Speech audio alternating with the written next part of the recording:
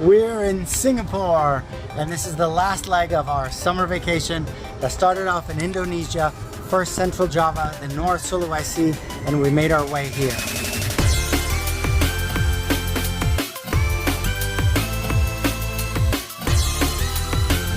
I just arrived at Singapore Airport, hailing our Grab. Should be here at door 5 any second now, and we'll make our way to the hotel.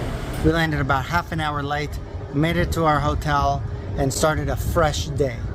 Singapore is a financial powerhouse in Southeast Asia and what we consider a world capital. The hotel we're staying at is downtown in the heart of the country on Purvis Street. Good morning.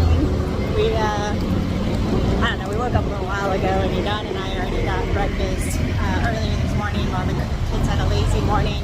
Yeah, I had kaya toast, which is a local Singaporean, just white bread with coconut spread and butter with a side of super soft boiled eggs that you put soy and white pepper on. A little too soft. Very soft eggs. Now we're gonna find them some breakfast.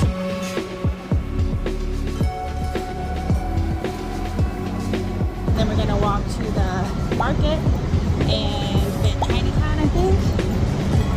And then we'll see from there. As Sarah was saying, first we went to Bugis Market, a cozy street market fanning out to different stalls of cheap electronics, discount clothing, and souvenirs. I got a necklace, it's like a pearl. Further down, just past the smoothie stalls, the distinctive smell of durian got stronger and stronger as we got closer. The size of these mangoes were impressive.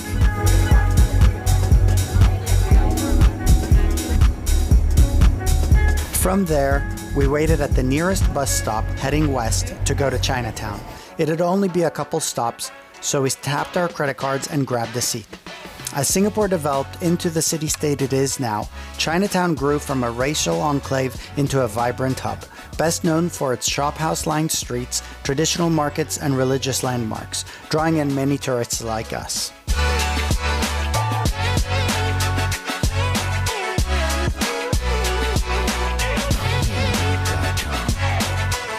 Wandering around the area, we got a couple trinkets and came across the Hindu temple. There's no inside footage as we weren't dressed modestly enough to be allowed access. So it was on to the next temple, a Buddhist one, which was kind enough to give out free sarongs and shawls to cover our scandalously exposed shoulders and knees. Buddhism is the largest religion in Singapore, practiced by approximately 30% of the population here. Lunchtime at Chinatown Hawker Center. From the many options, I opted for some kway tao. Since this stall had a decent line of people, it must be good.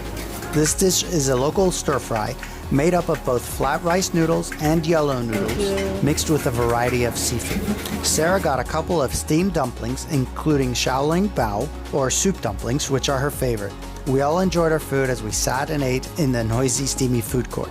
Noah's favorite of sticky mango rice was served hot, but a big success as it was gone in minutes. I get some too if it's not coconut.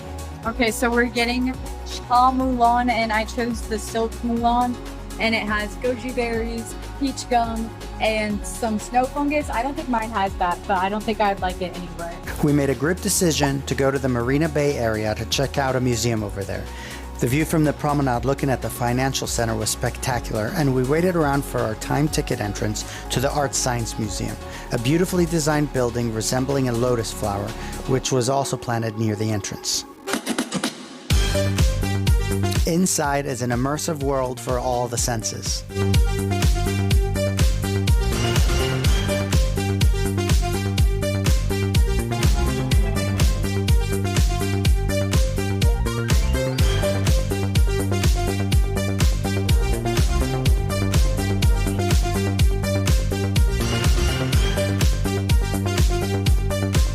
Of the two exhibits we went to, our favorite room had us coloring in sheets with characters of our choosing, and then handing them in to be scanned so that they come to life on the interactive walls all around us.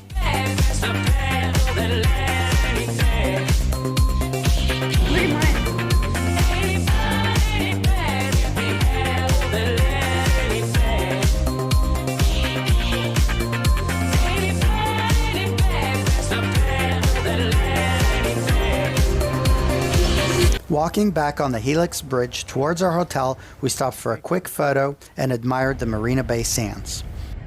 Now, a history lesson on this dude, Sir Stanford Raffles, who selected the site of Singapore in 1819 as an ideal location for British trade interests. He oversaw the rapid development of the area into a prosperous port. Over the years, the population grew more and more, reaching today's number of 6 million residents. Now Raffles' name is plastered all over the city, including this prestigious Raffles Hotel and the shopping mall Raffles City, which we're going to have dinner at.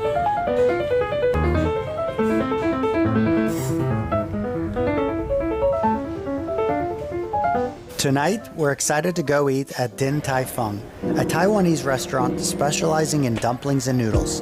It was recommended to us by the Poochies, fellow travelers who love this place as well. The food here is made fresh and is absolutely delicious.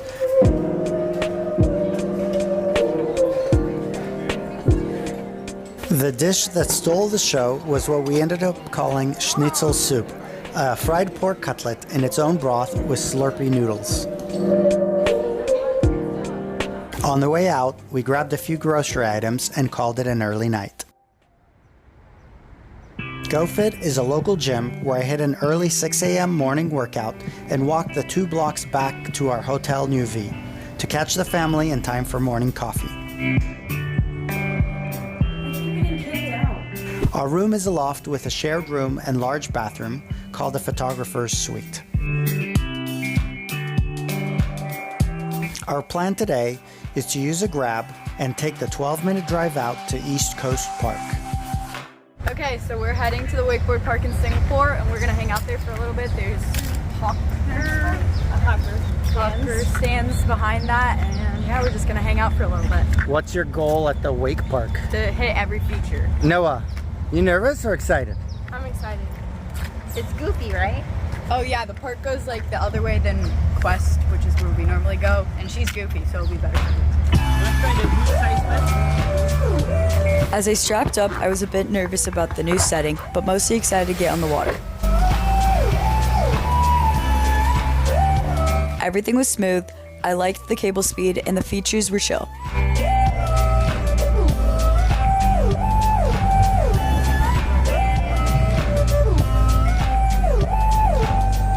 We bought ourselves a 1-hour session, so I tried to maximize my time on the water.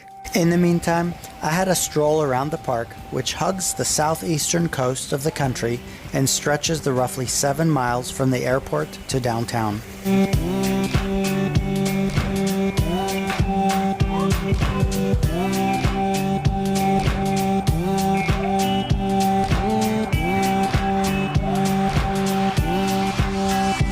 I was a little nervous riding at first, and after some convincing by the really kind operators, I warmed up on the smaller cable before hitting the large loop.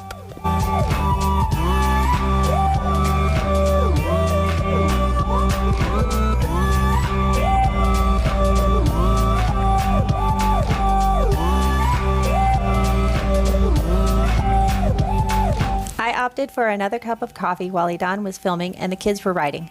I'm really proud of both the kids for putting themselves in uncomfortable positions and pushing their limits, allowing them the reward of feeling accomplishment and pride. When the time was up, we walked to the Hawkers, but since most were closed for Monday cleaning, we decided to go back to Raffles City for lunch. Hey guys, are you full?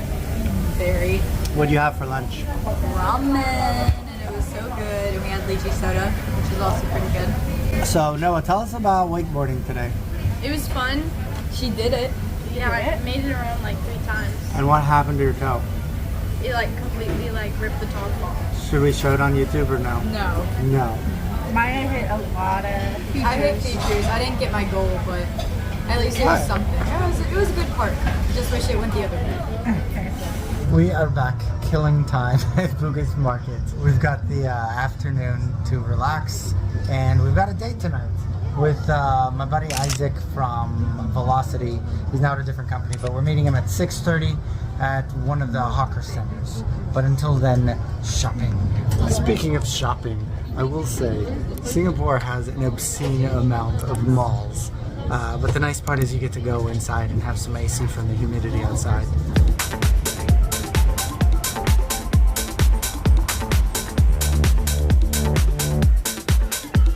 This is the Newton Food Center, and it's around 6:30 p.m.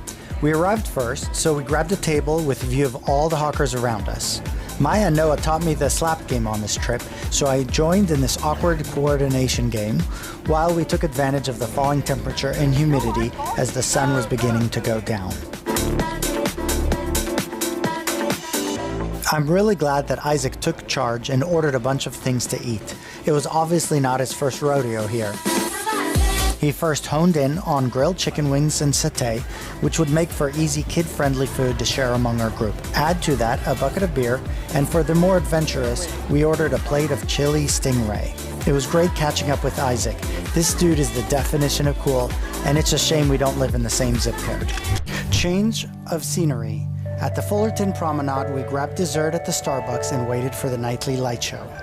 Okay, we're gonna go scope out the best spot for the lights. Honestly, it was a bit underwhelming, especially when compared to Hong Kong or Las Vegas's show.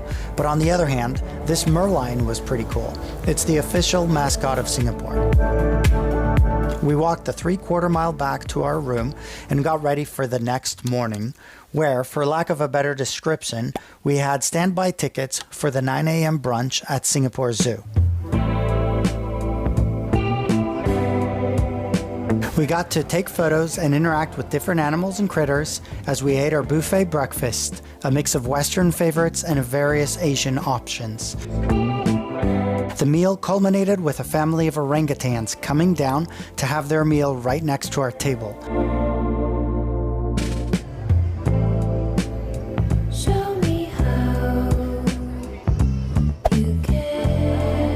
The rest of the zoo was pretty spectacular as well. Something about the lush vegetation and natural open enclosures made walking around here stand out from the other zoos we've been to.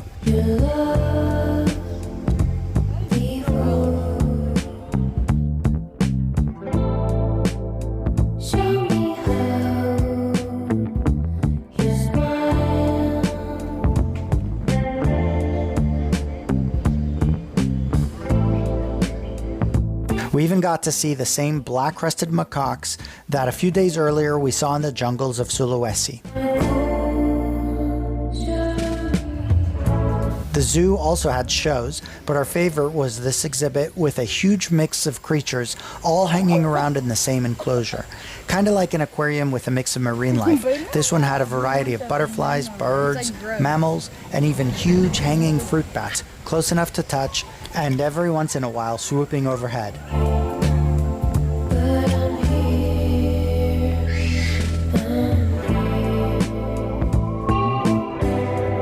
We finished the grounds just as the sun was starting to take a toll and took the 30-minute drive back to rest up at the hotel. Show me how you're proud. Man, we're whooped after the day of the zoo. We're resting up and planning our dinner escapade out to one of the 5 Michelin noted Indian restaurants in Singapore. We narrowed it down to 3 in Little India. There's another 4th that's nearby. That's an Anglo-Indian one. But we're gonna head towards Little India, take the bus there, and make reservations for mustard, Punjabi and Bengali food here in Little India. Walking through Little India re-sparked some memories of our time in India proper, our favorite trip of all time. We keep talking about going back. Question is, how soon can we get back there?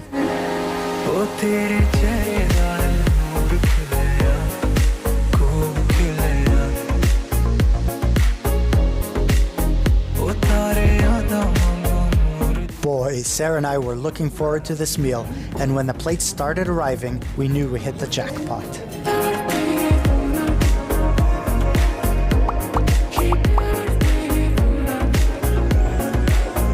Let's go to get our last drink of the trip.